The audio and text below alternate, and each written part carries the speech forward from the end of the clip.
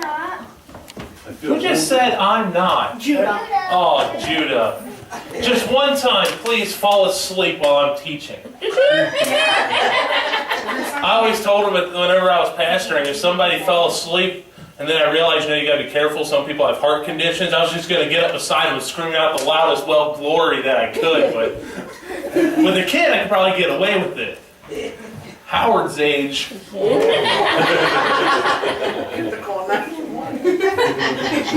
My blood pressure did start down. You might see glory if you did that.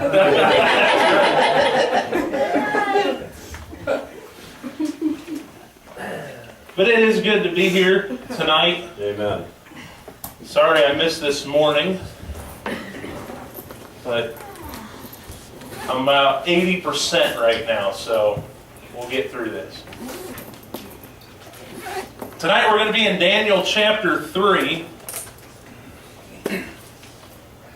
And tonight, I will do my absolute best to not get a soapbox out and just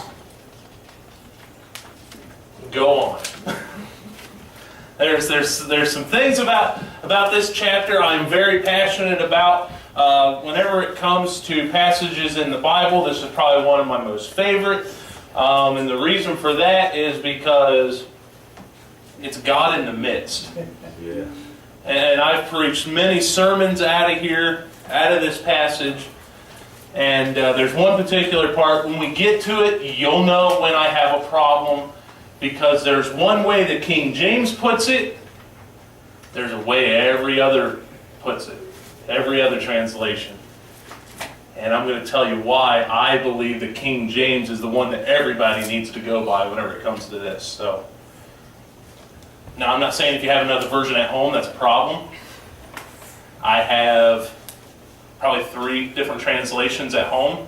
So do I. But there's just something about the way that this passage is put in King James that makes it a whole lot better. It's just if you want to worship God or gods, right? That's right. That's what it comes down to. So you know where I'm going to go with this when I get there. All right, so tonight I'm going to be doing this a lot out of habit of pushing my glasses up. I just know it. All right. So we're going to take a different look now. This is going to concern the other three, Shadrach, Meshach, and Abednego. And everybody goes, where's Daniel in all of this? Where's Daniel whenever this is going on? Well, remember something. Daniel has responsibilities. And he's probably out taking care of some of those responsibilities when some of these things take place. But in this, there's a trial that these 3 are going to be put through. And it's the fiery furnace. And this is very familiar. A lot of us probably can recite this by heart, this passage. But if somebody would like to start off by reading verses, let's see, let's do, you know what, let's just do verse 1. And I promised Zach, because he got mad at me last week, he's been wanting to read, and I haven't broke it down small enough for him yet. So we're going to just do verse 1 to start off with, and I'm going to let Zach read that.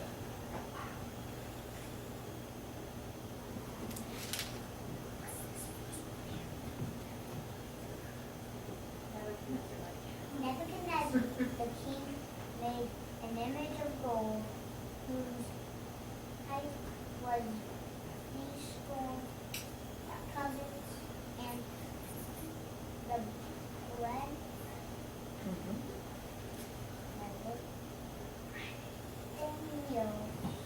6 cubits. He set it up in a land of Dura in the province of Babylon. All right. So what we have here is the great image, and King Nebuchadnezzar ordered that a statue be erected on a plain outside the city of Babylon. Now, the enormous golden statue, which the Bible describes it as 80 cubits, which is roughly about 90 feet tall. So this is a tall statue. 90 feet tall, roughly. It's a 9-story building on the average. And it was also 9 feet wide. If the image was in human form, as most people do assume, these dimensions would seem quite disproportionate. Even some would consider them kind of grotesque. The statue may have been similar to a totem pole, or more likely a base on which the statue stood, made up much of the height. Dura has not been positively identified, but it must have been located somewhere near the city of Babylon. Gleaming in the bright sunlight, this golden colossus presented an imposing sight as it towered above the plain. So you can just imagine, if you're out in an open plain, that's a wide open area, there's not a whole lot going on, and there's just stands this mammoth of a thing. And so it would draw attention to itself. If somebody would like to now read verses 2 and 3, and we'll get the dedication of the statue. Then Nebuchadnezzar the king sent to gather together the princes, the governors, and the captains, the judges, the treasurers, the counselors, the sheriffs, and all the rulers of the province to come to the dedication of the image which Nebuchadnezzar the king had set up. Then the princes, the governors, and the captains, and the judges, the treasurers, the counselors, the sheriffs, and all the rulers of the province were gathered together unto the dedication of the image that Nebuchadnezzar the king had set up. And they stood before the image that Nebuchadnezzar had set up. All right, so Nebuchadnezzar, basically, he drew all of his officials together who were to demonstrate their allegiance to the king and to Babylon's gods by bowing before the colossal statue. 7 different classes of officials are named, and it may be assumed that they were listed in order of importance, beginning with the most important. So as they went through there, a lot of people believe that is the order of importance for the political ranking, so to say. Other less important dignitaries are collectively specified as all other officials in those type of rankings. So there was an importance to him, but he brought everyone together to dedicate this. And think about it, we kind of do that now. To this day, those type of things happen when things get dedicated. There are vast amounts of people. Even think about whenever you even go to the extent of even a baby dedication. You know, a lot of churches still practice that. When a baby dedication does take place, there are high-ranking officials of the family, so to say, are there. And so these type of practices still take place. And then so he gets this dedicated, and then verses 4 through 6, if somebody wants to read that, there is a decree then that is made. Then an herald cried aloud, to you it is commanded, O people, nations, and languages, that at what time you hear the sound of the cornet, flute, harp, sackbut, psaltery, and dulcimer, that all kinds of music, ye fall down and worship the golden image that Nebuchadnezzar the king hath set up. And whosoever falleth down not and worship shall the same hour be cast into the midst of a burning fiery furnace. You know, James Saddam Hussein, he wanted to mimic that. He had his own statue. And you saw it probably on TV. Yeah. And think about even that. One of the things I was going to mention is how many, one of the biggest religions in the world does something similar to this. Instead of turning toward a statue, though, they turn toward a city. You know, because they turn toward Mecca, and that's Islam. And there's a certain time of the day they do it, and if you are in one of the cities that practices Islam, the music plays. So there's still that too. So, I mean, what this comes down to, what it boils down to, is this is idol worship. Exactly. And this, God is very much against idol worshiping. And we have to understand something as well. Idol worshiping is just a statue. Do we understand that? A lot of people think that idol worshiping, it has to involve a statue, but it doesn't. Idol worshiping could even involve, the biggest thing in our country today that people fall into idol worshiping is sports. Yeah. There really is. I mean, one of the biggest ones that we know of, one of the biggest sports stars, and he came from our area, is LeBron James, but some people put him on such a high pedestal that it's actually idol worshiping. And so God does not want that. God does not appreciate that type of thing. God is jealous. We have a jealous God. Amen. And He expects us to be all in for Him and not sharing our time with anything other than Him. And so this decree comes out that many different nationalities that were present, reflecting Nebuchadnezzar's policy of appointed native rulers, these government officials were ordered to bow down and worship the image when the music began to play. Now, can you imagine? Now notice he's telling the officials this. Why did he tell the officials this first? Because if you can't get your leaders to do it, what are the odds you're going to get the people to do it? So it had to start somewhere. And we have that even today. We just, here not that long ago, was the National Day of Prayer.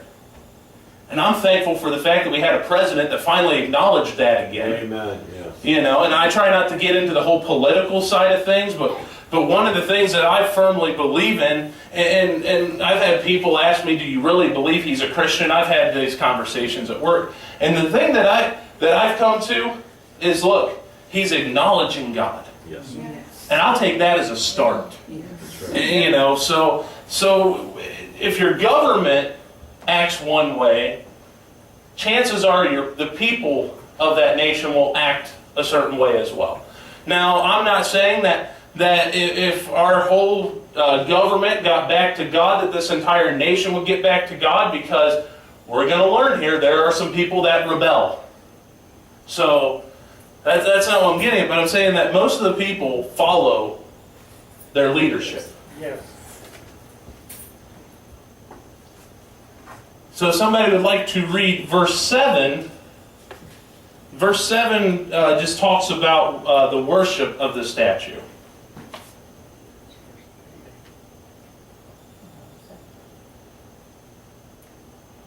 Therefore at that time, when all the people heard the sound of the cornet, flute, harp, sackbut, psaltery, and all kinds of music, all the people, the nations and the languages fell down and worshipped the golden image that Nebuchadnezzar the king had set up. All right, so worship of a deity was clearly involved in this command to bow down. So it wasn't just turning toward and bowing down. It was a command to worship this golden statue. And the image was, a lot of scholars believe that the image was probably in a likeness of the most powerful Babylonian principal god, which is Marduk at this time. So that's what a lot of people think that this looked like. So basically they were worshiping Marduk whenever they returned to this statue. Now there have been some people that have tried to dig into this on why did all of a sudden did he create a golden image? Did he create this large statue? And there are a lot of scholars that go, well, think about the events that took place in chapter 2. And what was in the vision in chapter 2 was a statue. So a lot of people think that are a lot smarter than me whenever it comes to this stuff. They think that he did this as a way to stop this pending judgment that he was warned about that was going to come. So a lot of people think that's why he erected this statue.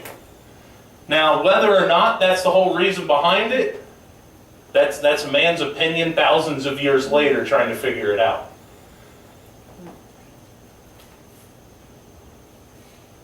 He could have had discord in the hierarchy, like there was many nations he conquered. Their delegates were there, and if he could get everybody on board, he'd have less problem in his kingdom. Yeah. Yep. Yeah, because, I mean, the more people that can get on board with this, the less the chance of a rebellion, easier it would just go. But there was an accusation that was made. If somebody would like to read, let's just go ahead and do verses, we'll just do verse 8 this time. And that'll go over the accusers. Wherefore at that time certain Chaldeans came near and accused the Jews. Okay, so I know that that's a real quick verse, but that's the whole setup to this whole thing. The Chaldeans are accusing the Jews. And so, such a vast crowd, the king evidently could not see that the three men were left standing. So understand that. And also understand that these three were there because they were in the hierarchy Yes. of the king's leadership. And so that's why they were there. And so somebody, the Chaldeans, they saw them, they were left standing, and they reported that fact. So if we were to put this in modern era, somebody tattletaled. All right? Somebody went, he's not doing it, and went and cried to the king. That's the easiest way to put that. There's always the one in every crowd that's going to tell on somebody for not doing the rest. If we were to put Rachel on the spot, she would tell us which of her three is the biggest tattletale, because there's one that's above the rest. Guaranteed. You didn't have to point. Like immediately, she just sells them out. I will sell my son out. Yes, I will. All right, so if somebody would like to read verses 9 through 12, this is when the three get brought up on charges. They spake and said to the king Nebuchadnezzar, O king, live forever.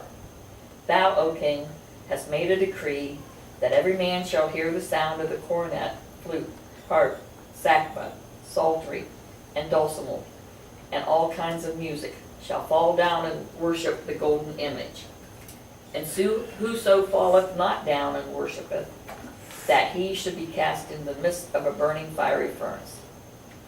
There are certain Jews whom thou hast set over the affairs of the province of Babylon, Shadrach, Meshach, and Abednego. These men, O king, have not regarded thee. They serve not thy gods, nor worship the golden image which thou hast set up. Now, here's something that I really enjoy about this passage right here, these verses. Not only did they tell, they reminded the king of his decree. In case, he may have forgotten. And that's like the person that stands before the judge and says, hey, Your Honor, I'm guilty of this statute of law. That's basically what happened. They didn't have to do it, but it's like they just want to make sure that the issue was known. Hey, you said we have to bow when this happens, and these three didn't do it. So the three charges were brought against Shadrach, Meshach, and Abednego, and they paid no attention to the king. So think about that. This is one of the charges. They paid no attention to the king and his commands. They did not serve the king's gods, and they refused to worship the golden statue that the king himself had set up. So they could have just said, look, these three did not worship. But instead they escalated it up. Yes. They brought three accusations against them, and it started with, look, they didn't listen to you. So anyone that doesn't listen to the king is an immediate death penalty. Understand that. So that's why that was in there. And then they just had to put it out there. Now everybody probably could have assumed that these three did not serve the Babylonian gods. But they had to make that a point. Right. And then also, not only that, but they refused to worship the statue.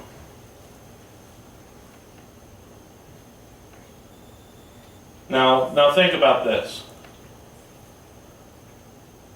A lot of people believe that it was out of envy that those accusations were brought forth by the others that were in the same ranks as them. out of envy. One of those things, hey, I'm expected to do it, you need to do it as well. It's one of those type of things.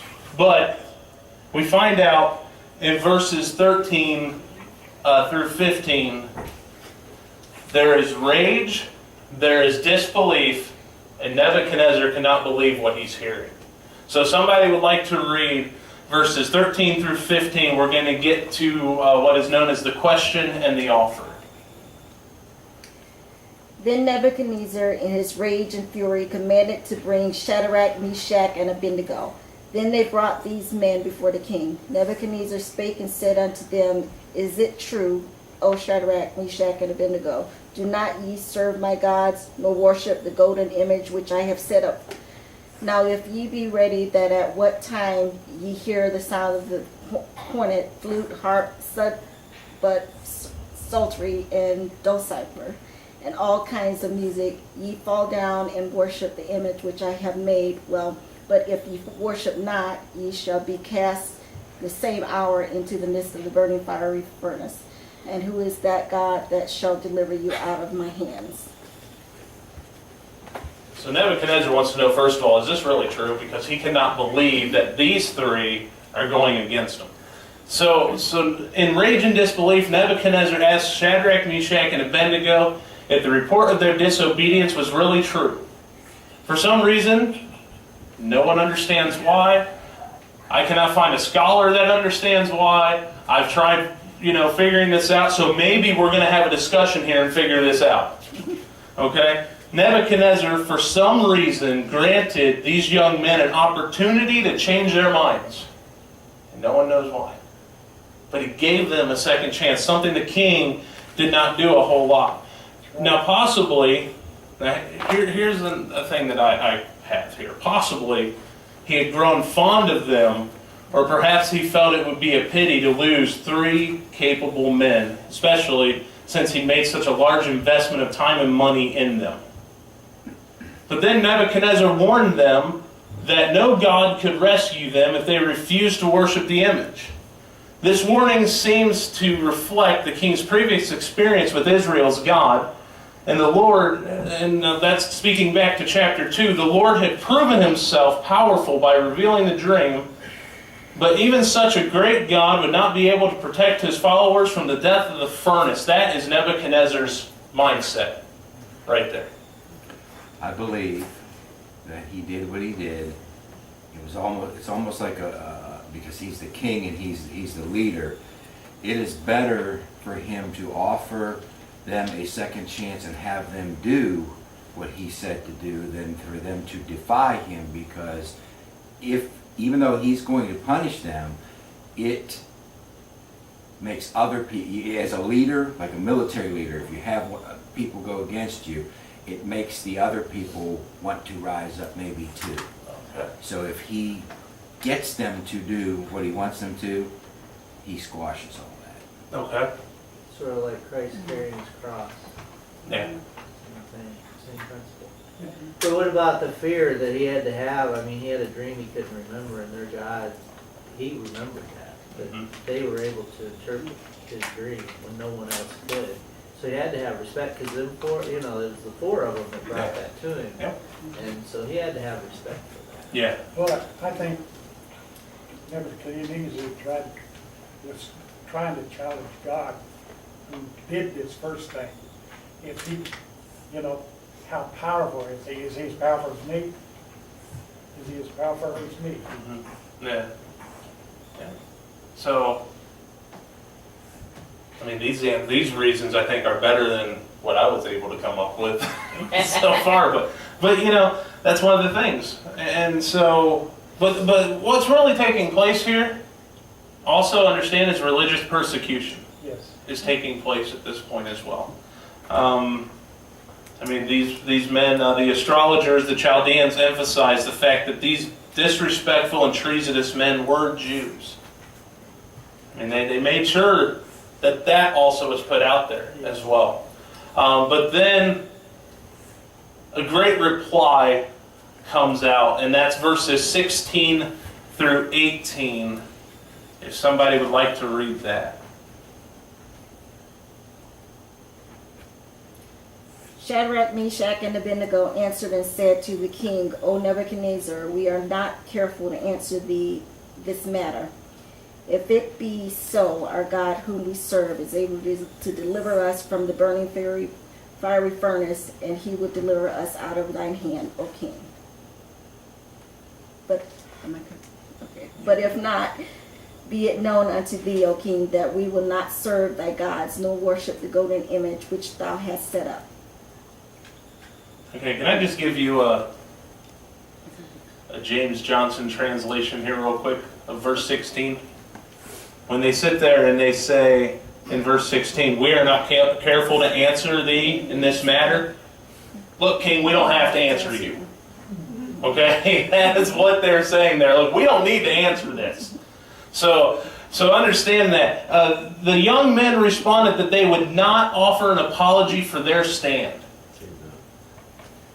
If there's something that needs to be emphasized, never ever apologize for standing up for God. Amen. There's something, it seems like that we have a problem today in our country where we are apologizing. I'm not saying we, but we are apologizing for standing up for God and His Word.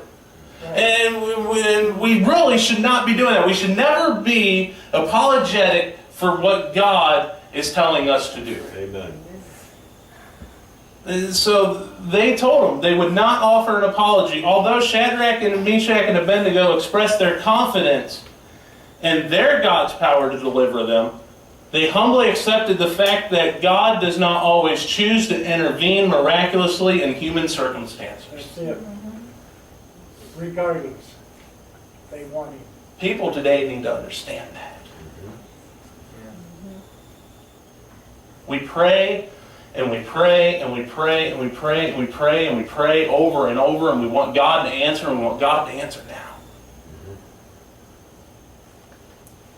But God does not always intervene. And there's a reason for it. Understand that there's a reason for it. And I've always told people, me personally, I don't believe God tells people no. And you're looking at me going, now wait a minute. God doesn't answer every prayer. You're right. I believe God will either go, yeah, yes, or I've got something better. You know? And so whenever God is answering our exact prayer, think about that. Does He have something better in store that we're not even thinking of yet? You know, because one thing that is for certain, God has already seen tomorrow. Yes. Okay, he's already seen it. This is His memory that we're living in, an easy way to put it.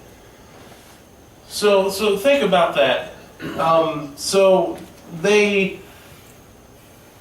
acknowledge that if God chooses to deliver them, good, but if He doesn't, good. You know, we need that type of an attitude today. Yes.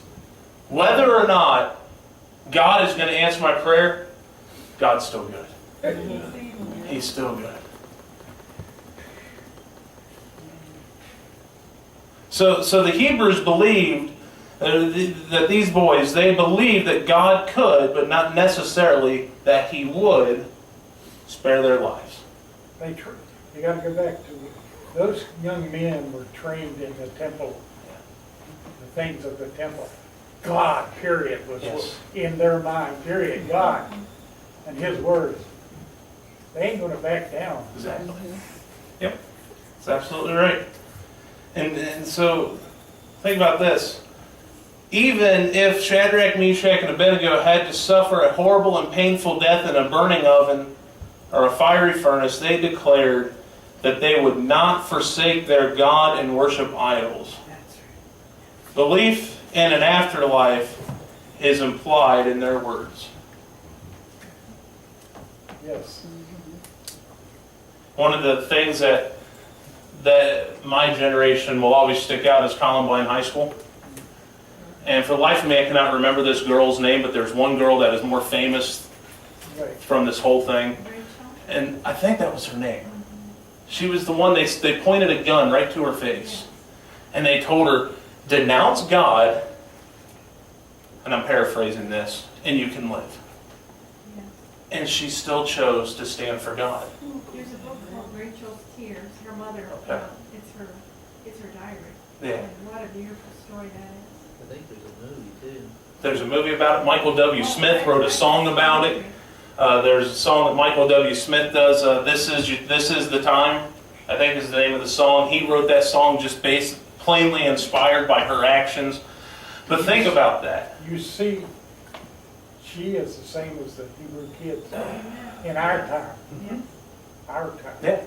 And we see that all the time. I mean, how many people, I saw a thing, and I know you can't believe everything that you read on the internet, but there are some very credible things out there about the stuff going on in China right now, where people that are proclaiming themselves to be followers of Jesus Christ are being put to death. And because of that, they are still, though, standing for their faith.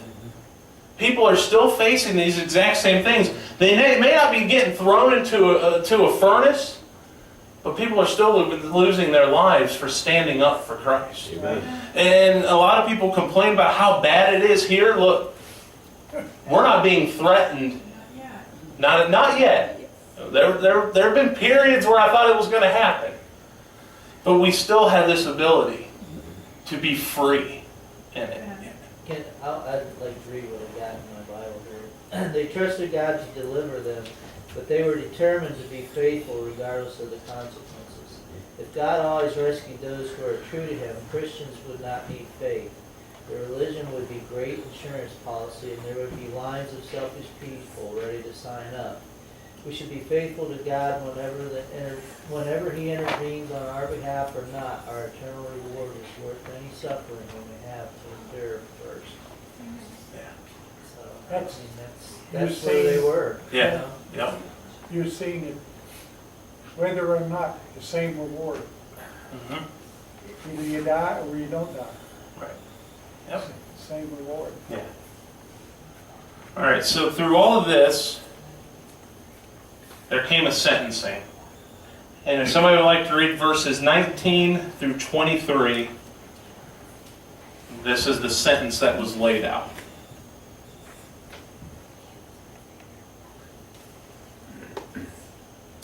Then was Nebuchadnezzar full of fury, and the form of his visage was changed against Shadrach, Meshach, and Abednego. Therefore he spake and commanded that they should heat the furnace 7 times more than it was wont to be heated. And he commanded the most mighty men that were in his army to bind Shadrach, Meshach, and Abednego, and to cast them into the burning fiery furnace. Then these men were bound in their coats, their hosen, and their hats, and their other garments, and were cast into the midst of the burning fiery furnace. Therefore, because the king's commandment was urgent, and the furnace exceeding hot, the flame of the fire slew those men that took up Shadrach, Meshach, and Abednego. And these 3 men, Shadrach, Meshach, and Abednego, fell down, bound into the midst of the burning fiery furnace. Now the Bible doesn't say this, but when I read, then was Nebuchadnezzar full of fury, and then he orders the furnace to be turned up 7 times hotter, I almost envision it going like this. Okay, you think your God is so good? Let's find out. And they ordered it hotter. That's what I was going to bring up, the 7. That's a perfect order. Yeah. Orders from God. He had to be in that. Yeah. Yep. There's just something about that number 7. Yeah. The perfect number, the number of completion. Yeah. And for that to be specifically used in that moment, you know God was in this from the very Exactly. beginning. Exactly. So Nebuchadnezzar had selected some of his strongest soldiers to throw the Hebrews into the fire to prevent any intervention, whether human or divine intervention. Isn't that funny? To prevent a divine intervention, he's going to get the strongest people that he can to throw them into the furnace. Shadrach, Meshach, and Abednego were tied up while still wearing their clothing and thrown into the flames. Their garments would have rapidly caught fire and engulfed the 3 in flames. And so, I'm not going to go into gruesome detail because Rachel's back there and she'll just cringe. Yeah, Mom. So, we'll leave it at that. The soldiers were forced to carry out the command so hurriedly that they did not have time to protect themselves from the fire, and the extreme heat killed them. So Nebuchadnezzar sacrificed his own men to make sure that this was carried out.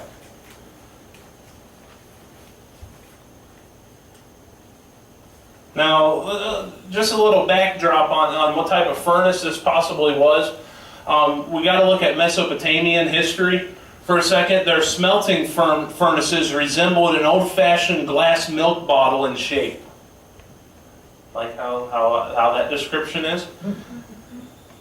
Ore was brought in to be smelted, was inserted through the top, and the wood and charcoal to furnish the heat was placed in the furnace through a smaller opening on the ground level. The temperatures in these furnaces would reach as high as 1,000 degrees centigrade, which is 1,800 degrees Fahrenheit, and he ordered it 7 times hotter than that. Just to give you an idea. Now, I'm not good at doing that kind of math really quick on the top of my head, but we're over 10,000 degrees Fahrenheit at this point.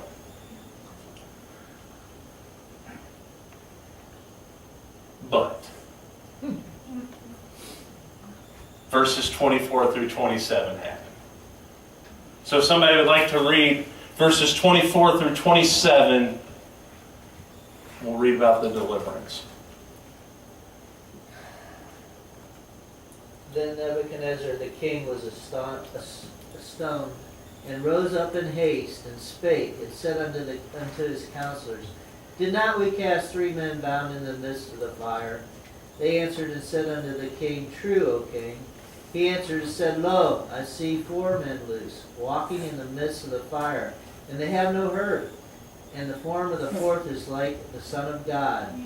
Then Nebuchadnezzar came near the mouth of the burning fiery furnace, and spake and said, Shadrach, Meshach, and Abednego, ye servants of the Most High God, come forth and come hither. Then Shadrach, Meshach, and Abednego came forth of the midst of the fire, and the princes, governors, and captains, and the king's counselors, being gathered together, saw these men upon whose bodies the fire had no power, nor was a hair on their head singed, neither were their coats changed, nor the smell of fire had passed on them. Okay. That's awesome. Now I'm going to read something. And I don't normally do this, but I want you to understand something, because James is about ready to get on a soapbox. Go ahead and preach it. It's all centered around verse 25. It's all centered around verse 25. Now I'm going to read, and I don't... Notice, I'm pulling it up on my phone, and I feel like I need to get away from the pulpit when I do this because of my own personal beliefs here. And I'm going to read to you what the NIV says. The NIV for that verse, verse 25, says, He said, Look, I see 4 men walking around in the fire, unbound and unharmed, and the 4th looks like the son of the gods. And that's a lowercase g.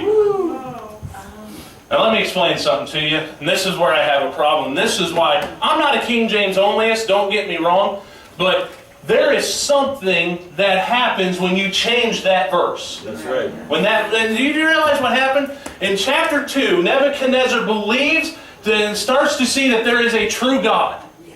And now Nebuchadnezzar has seen the Son of God. Who did he see? He saw Jesus walking around in the midst of the fire. If you change that and you take it away, you are taking away everything that this stands for when somebody who doesn't know God starts to see God working in someone else's life. That's right. So whenever I see this change, I have a problem. I have a problem because of that. Listen, he didn't see the Son of the gods. He saw Jesus Christ walking around in the fire. Think about that. Think about the importance that there is. Nebuchadnezzar jumps up to his feet and he's in amazement. He's in amazement. Why is it? Because he sees the 3 and they were joined by a 4th walking in the fire. Here's the thing about this. Whenever we're in our life, whenever things are going wrong, how great is it that when we know that God is in the midst of our problems and His Son is there walking with us through it all? Amen.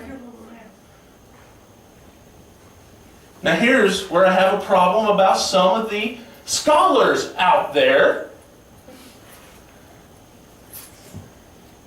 And I won't name names on who these scholars are.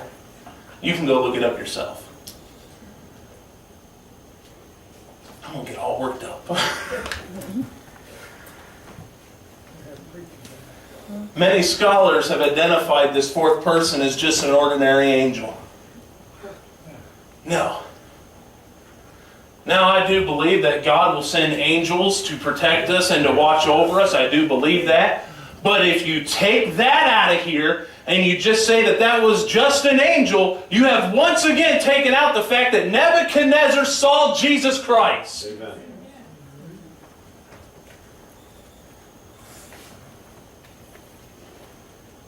Son of the gods. Ah, just pitiful, ain't it, when you read it that way?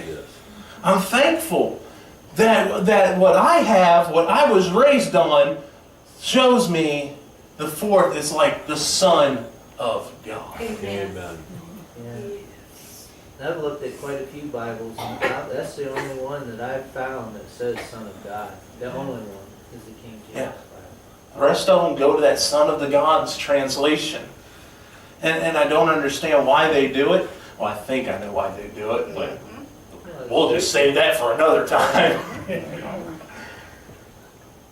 And the Bible's been always clear about angels coming to visit shepherds and Yeah. such. It's Yeah. not worded. Right. It's a totally different word. If this was going to be an angel in this fire, it would say angels. That's right, exactly. It would say angels. Think about that. God Himself, His Son, was in there with His children in the fire. Man, Think about how that speaks into our life. Think about that. When we are going through our most difficult, our most trying times, God is in it with us. Amen. right. He's there with us. And this is where we have an opportunity to do one of two things. Hold on to Him or try and figure it out on our own. Now what did the three do? They held on to Him. Yes. Because they told the king, we believe our God will deliver. And they went in there acknowledging the fact that He could choose to deliver them or not. That's right. And He sent His Son to save them. Amen. Think about that. I never worded it like that before while teaching this, but doesn't that give that a whole lot better of a thought? Yes. He sent His Son to save them. It's like He sent His Son to save me. That's right. Because I was bound for a fiery furnace. Amen. I was bound for that.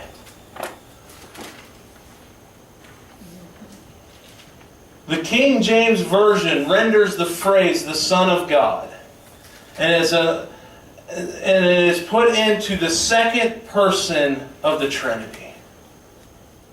There's so much you lose when you take that away. Right.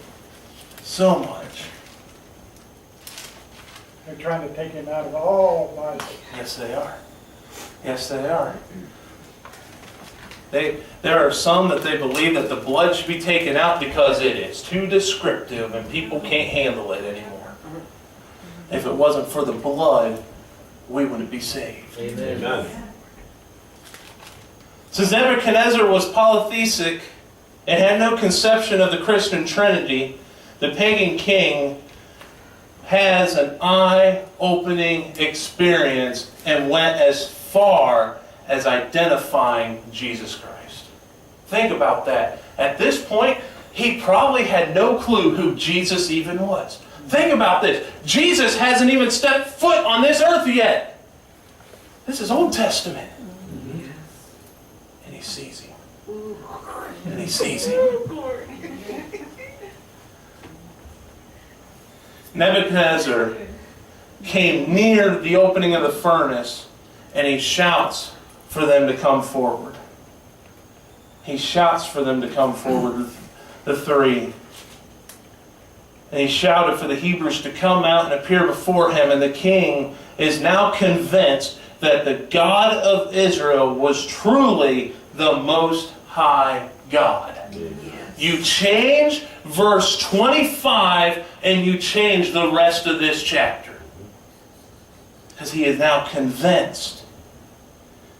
Yet his faith was well within the scope of paganism and polytheistic religious concepts. The king merely considered the Lord the great God among many. Doesn't sound as good, does it? See, there's your contrast. But when the three came out of the fire, here's what I like. There's no evidence that they were ever put in it. No evidence that they had ever been in it. Not even the smell of fire was on them. Do you know how hard it is to get the smell of smoke out of clothing? I remember for a few years I served as volunteer firefighter for the city of Rittman.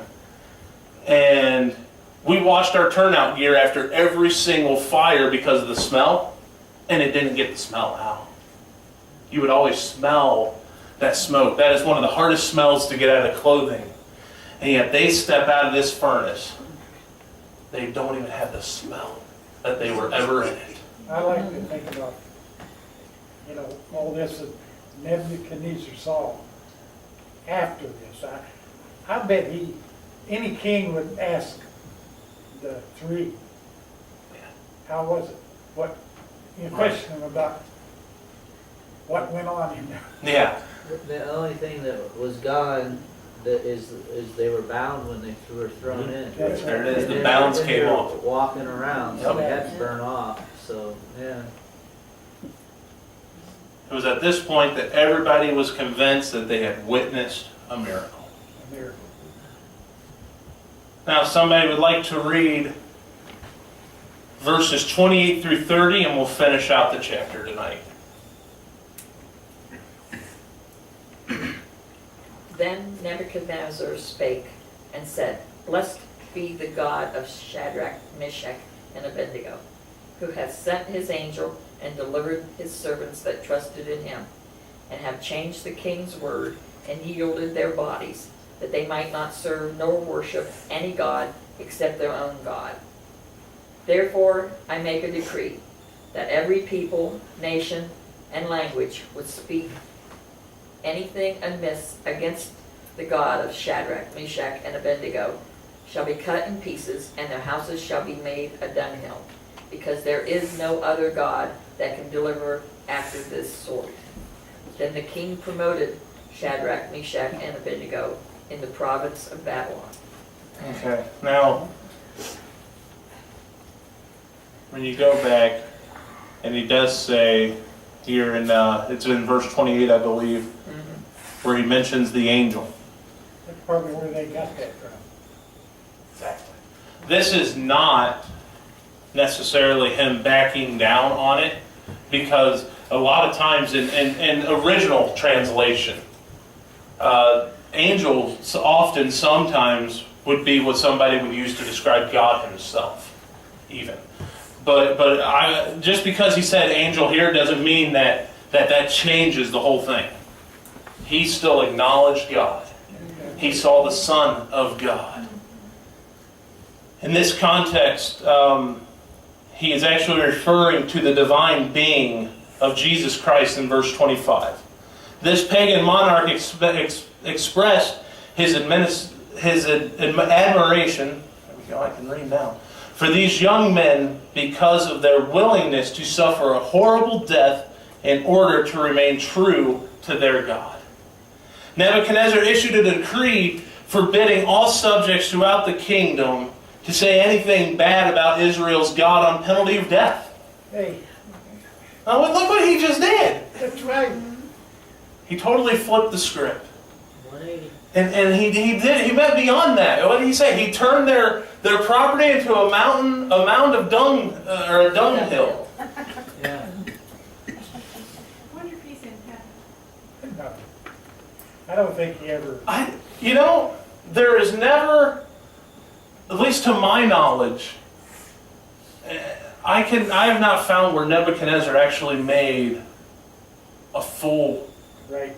repentance When he to God. testified in that day, I don't know if it's different than now because Jesus had come. Right. I mean, one way we'll know for sure, It's only is when we get there. Yeah. You know. There's a difference between realizing who he was Right. than having him totally in his Yeah, because heart and mind. you look what he just did, okay?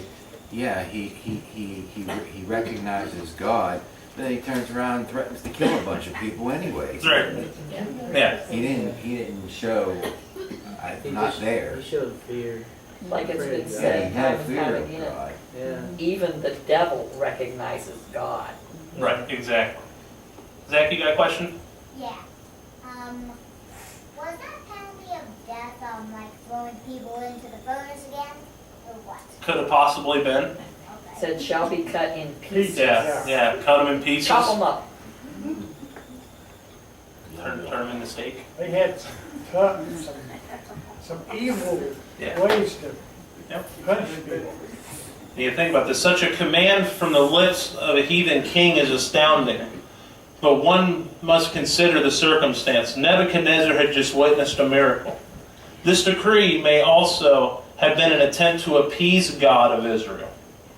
For the king may have feared that he was in danger of a divine retaliation. True. I saw a thing on Facebook, I had to laugh. It said, for all of you last night promising God everything when Ohio State was on the verge of winning, church starts at 10:30. I saw one of those. But think about it, could he have been doing something along those same things? Look, I will do this to appease the God of Israel from getting any backlash for all the bad things that I have done against the nation of Israel. He could have done that. Step further is, like he said, he built the image, some people think, because of his dream. Right. Well, now it's a mockery of his image, so now you'd think he'd have a double dose of fear. Right. Because he already knows what's coming by the dream. Yeah. So he could be doing all this. Some people believe that this decree was him just trying to bargain with God to keep God's wrath from him. Now Shadrach, Meshach, and Abednego were not only honored by the king, but they also received rewards, probably material rewards and respect among the people that were involved, as well as a job promotion. He profited by Daniel and the three. Yes, he did. His kingdom grew strong because of it. Yep. So think about this. Thus, faithfulness and a dreadful trial resulted in a great blessing for the three. Think about that when you go through trials. Right. The blessing that is waiting on the other side.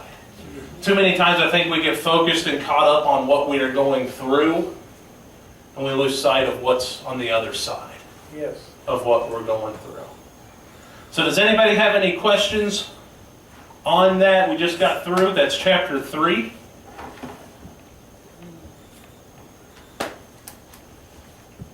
All right, so then at this time what we'll do is